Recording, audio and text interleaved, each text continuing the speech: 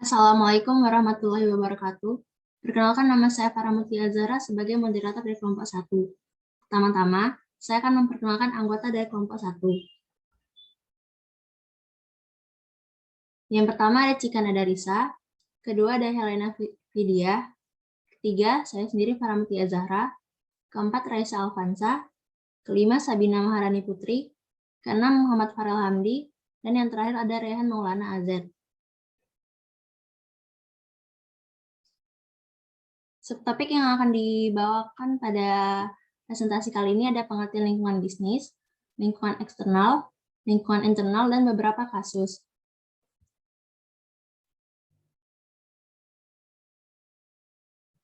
Apa itu analisis lingkungan bisnis?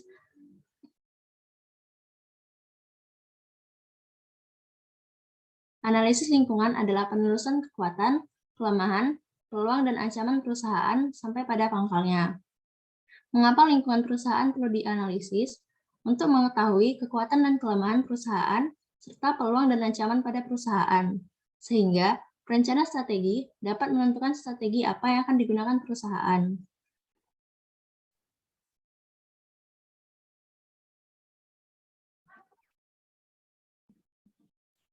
Lingkungan ekonomi dan lingkungan global.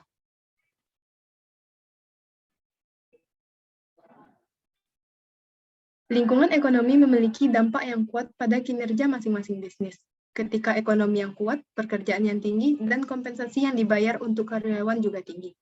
Karena orang-orang memiliki pendapatan yang relatif baik dalam kondisi ini, mereka membeli sejumlah besar produk. Selanjutnya, lingkungan global. Lingkungan global akan mempengaruhi perusahaan secara langsung atau tidak langsung. Beberapa perusahaan bergantung pada negara-negara asing untuk persediaan barang dan menjual kembali produk di berbagai negara.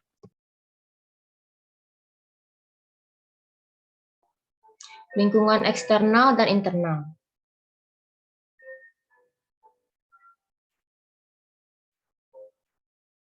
Analisis lingkungan internal perusahaan merupakan analisis yang berguna dalam mengidentifikasi kekuatan dan kelemahan suatu perusahaan atas dasar sumber daya dan kapabilitas yang dimilikinya. Lingkungan internal memiliki dua variabel, yakni kekuatan atau strength dan kelemahan atau weakness. Lingkungan internal juga mencakup semua unsur bisnis yang ada di dalam perusahaan, seperti struktur organisasi di perusahaan, budaya perusahaan, dan sumber daya.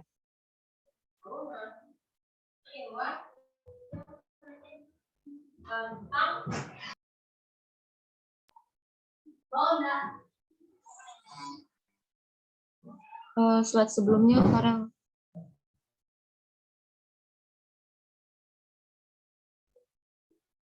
Analisis lingkungan eksternal merupakan faktor penting yang perlu dikaji dalam proses penentuan pengambilan suatu keputusan. Pengenalan dan pemahaman tentang berbagai kondisi serta dampaknya menjadi hal mutlak yang harus ditelaah lebih lanjut.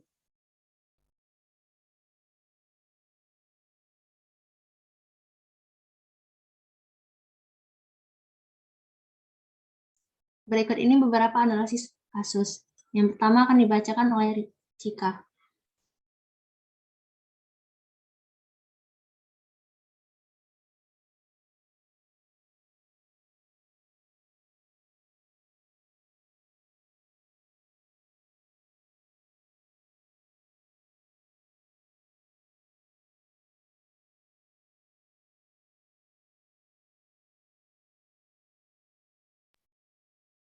Baik, selanjutnya itu studi kasus dari perusahaan Indofood. Yang pertama dari lingkungan internal atau mikro dari PT Indofood ini yaitu dari konsumen. Konsumen Indomie tidak hanya ada di Indonesia saja, tapi berada di Australia. Indomie merupakan makanan kegemaran di Australia. Hal ini bisa dilihat dari toko-toko yang selalu kehabisan stok karena permintaan akan Indomie di Australia yang cukup banyak. Yang kedua yaitu pesaing. Pesaing salah satu kompetitor Indomie adalah mie sedap. Mie sedap masuk ke pasar dengan harga yang lebih murah dibandingkan dengan harga yang ditawarkan Indomie. Sehingga konsumen yang terpengaruh harga akan lebih memilih mie sedap. Pesaing Indomie di Australia adalah makanan pasta. Tetapi tetap saja Indomie dapat lebih unggul karena Indomie memiliki kekhasan rasa dan harga yang lebih murah, di mana harga $1 per 3 bungkusnya serta penyajiannya juga mudah dan cepat.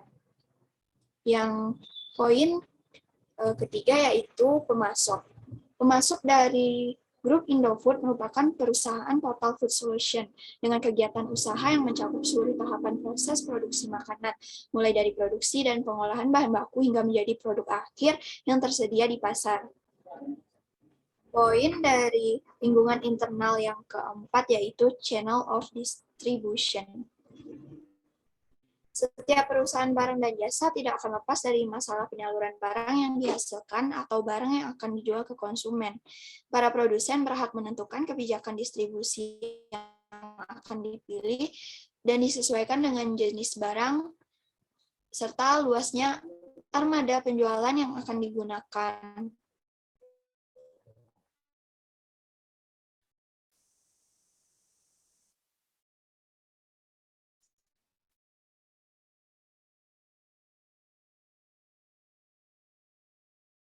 Karena pendistribusian Indomie sangat baik, maka Indomie mudah didapatkan oleh konsumen di seluruh dunia. Poin yang terakhir yaitu sumber daya manusia. Dengan total tenaga kerja sekitar 62.000, Indofood percaya bahwa karyawan adalah salah satu kelompok paling penting dari stakeholder dan unsur penting dalam keberhasilan tertentu. Perseroan percaya bahwa setiap karyawan memiliki kapasitas untuk berprestasi dan memberikan kontribusi bagi karyawan. Memiliki kapasitas, tetapi bangsa itu sendiri.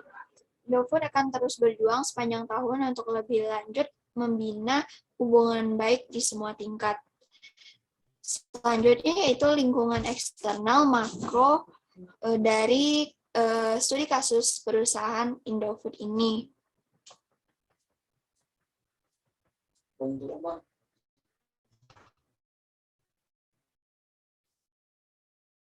Yang pertama yaitu dari sisi ekonomi. Menurut catatan Bursa Efek Jakarta tahun 1994, Indofood berhasil menguasai 90% pasar mie instan di Indonesia. Sedangkan untuk di Australia, Indofood dengan kategori mie instan berhasil menguasai hingga 70%. Oleh karena itu, harga Indomie Australia sendiri senilai 69 sen atau kurang lebih 5.700. Yang kedua yaitu sosial budaya dari faktor eksternalnya ini. Faktor sosial budaya ini menitik beratkan kepada tata nilai dan terlebih dahulu produknya sebelum akhirnya mampu menguasai pasar Australia dan juga beberapa pasar di bagian negara lainnya. Yang pengaruh perubahan faktor teknologi terhadap kegiatan operasional perusahaan, serta pemahaman tentang kemampuan perusahaannya dalam menciptakan produk. Perkembangan teknologi ini selain dengan menunjang tercapainya tujuan perusahaan, dapat juga menjadi ancaman bagi merosotnya produktivitas perusahaan. Perusahaan Indofood yang dibentuk di Australia pastinya memiliki mesin-mesin canggih untuk memenuhi permintaan masyarakat Australia terhadap Indomie. Yang terakhir itu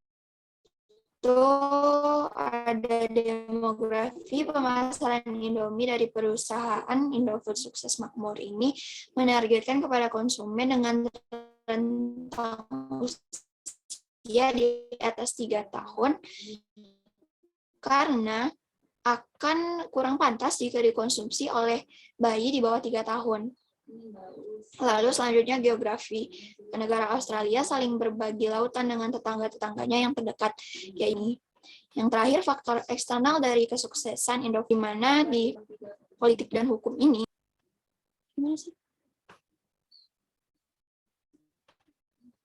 Indomie sangat berhasil menguasai pasar baik di Indonesia ataupun di luar negeri. Baik, sekian dari saya. Terima kasih.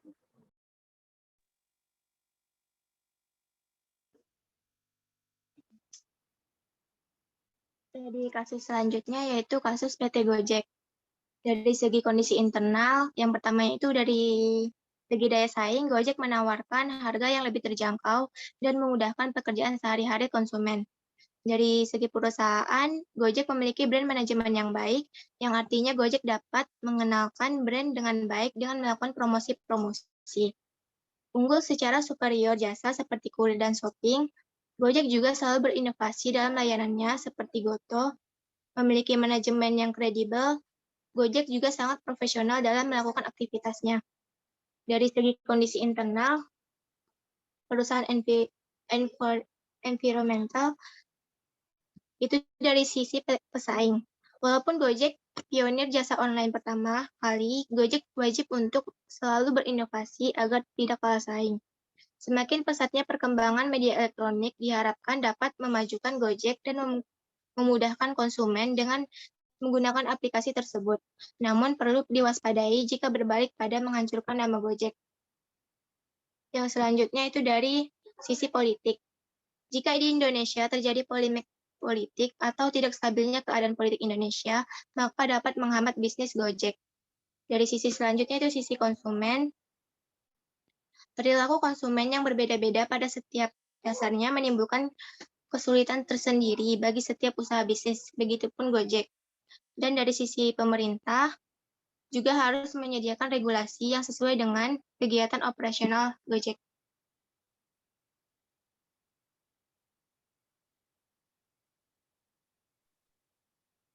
Kasus lingkungan global dipicu oleh perubahan arah kebijakan moneter Amerika Serikat yang mulai berubah menjadi ketat memasuki pertengahan 2004. Tren peningkatan suku bunga mulai terjadi dan berlangsung sampai dengan 2006. Kondisi ini pada akhirnya memberi pukulan berat pada pasar perumahan Amerika Serikat yang ditandai dengan banyaknya debitur yang mengalami gagal bayar. Kasus kebangkrutan terbesar di Amerika Serikat ini mengungkapkan seberapa besar pasar keuangan bergantung kepada aset busuk, apa yang disebut sebagai hipotek, subprime, dan turunannya. Saat terjadi lonjakan beberapa tahun sebelumnya, masalah ini terjadi karena industri hipotek memberikan dana kepada para peminjam yang sebenarnya tidak mampu membayar, sehingga terjadi peningkatan kebangkrutan yang memicu ambruknya sejumlah lembaga peminjaman. Bagi dunia, hal ini menandakan berakhirnya pertumbuhan. Setelah 6 tahun terjadi pertumbuhan tinggi, ekonomi berkembang melambat di tahun 2009 ke tingkat pertumbuhan lebih menengah, 2,8% per tahun, menurut Dana Moneter Internasional atau IMF. Sementara negara industri menciut menjadi minus 3,4%.